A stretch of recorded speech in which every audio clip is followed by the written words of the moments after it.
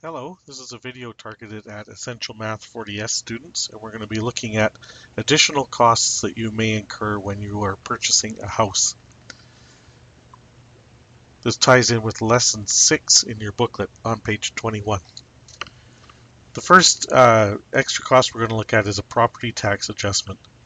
Property tax normally is paid in June, but it's paid to cover the period from January to December, the calendar year. So if you're moving into a house in, say, October, let's say your move-in date is October 1st, you're going to have to pay back. The people that had lived there have already paid property tax for the year. You're going to have to pay them back for October, November, and December of that year because they've already paid, but they don't live there anymore. You live there, so you'll have to pay them back before the keys get turned over to you.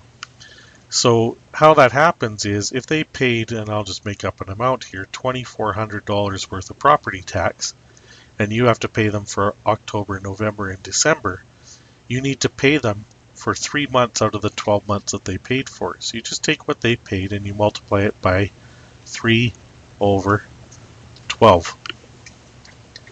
And 3 over 12, that's a quarter, so this is $600 that you would have to pay them. You wouldn't give the $600 directly to them. It would be part of what your lawyer will negotiate when you're actually figuring out how to switch the house from one person to another. We'll talk more about lawyers in a little bit in this video. The other adjustment you might see, and the other calculation we have in this lesson, is your house insurance adjustment. A lot of people will come from either a house that they're leaving to go into a new house, or an apartment or condo that they're leaving to go into a house, and they typically have had insurance on their belongings in the apartment or old house insurance that they had. So when you move into a new house, you're going to have a new house insurance payment. So let's say your old payment was $600 a year, and you're moving into a house that's going to have a new amount of house insurance at $1,000 a year. But let's say again you're only moving in October, so for October, November, and December, you're going to have to pay 3 months worth of the new fee. You're not going to have to pay a whole $400 extra because that would cover you for the whole year, and you're only moving in for 3 months of the year. So you're paying $400 extra for your insurance, but again times 3/12 only for 3 months out of the 12 months in the year. That works out to $100. That would be paid directly to your insurance company. If you're changing insurance companies, you may not see this calculation because you might get a check from your old insurance company for the part of the year that you weren't with them anymore and then be charged a full amount from the new company. The other additional costs, and you don't have to worry about calculations with most of these, you just have to be aware that they can occur. I'm going to list them here. They're also listed starting on page 21 in your booklet, so you can always refer back to that as well if you want a list of these costs. The first one is an appraisal.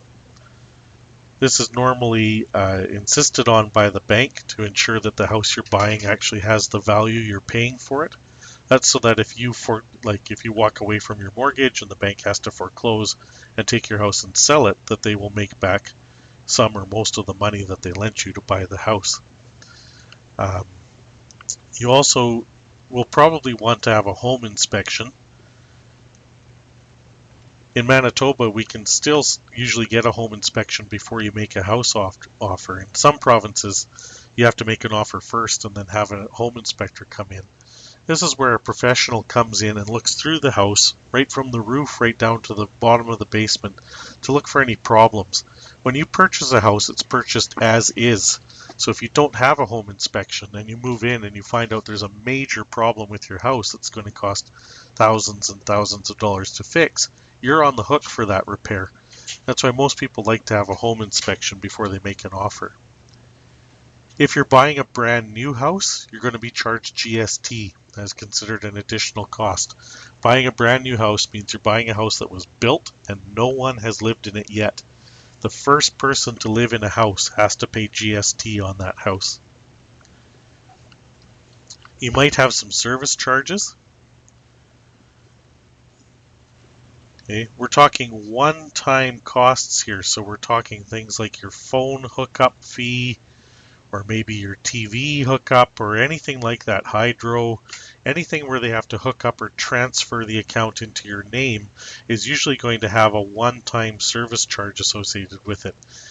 The monthly payment for your phone is not considered an additional cost, but these one-time fees are. You will also more than likely incur legal fees. You want to go through a lawyer, if you are not a lawyer yourself, to make sure that the transfer of the deed to the house is done legally and properly. There have been horror stories in the past of people trying to do this work themselves, selling their house, getting no money, and having people move in, and they have no legal foot to stand on because of the paperwork that was signed. So you're going to want to get a lawyer. The lawyer will take care of all these additional costs and sort of charge you in just one big payment usually. And then they'll hand the house keys over once they're all paid for. There's land transfer tax. We talk about this in another video. So if you're wondering, sorry for my spelling there, transfer tax. If you're wondering how land transfer tax works, check the link below this video and it'll link you to the land transfer tax video and show how it's calculated. This is a tax the province charges just to transfer the title to your property from the old owner to you. And you might also have moving costs. Most people have some stuff, so you have to move it from your old place to your new place. Depending on how much stuff you have, this could be a very small amount. It could be a friend with a truck. It could be a professional moving company, and obviously the price goes up as you go up in that range. And then there's renovations. You might have to do some renovations before you move in. There's holes in the wall, you might want to fix them. If you need appliances, if the old owners take their appliances with them, you might need to buy new appliances and have them put in. All those are considered additional costs as well. Again, check your book on page 21. And that'll list these again with a small typed up description of what they all are. Thanks for watching.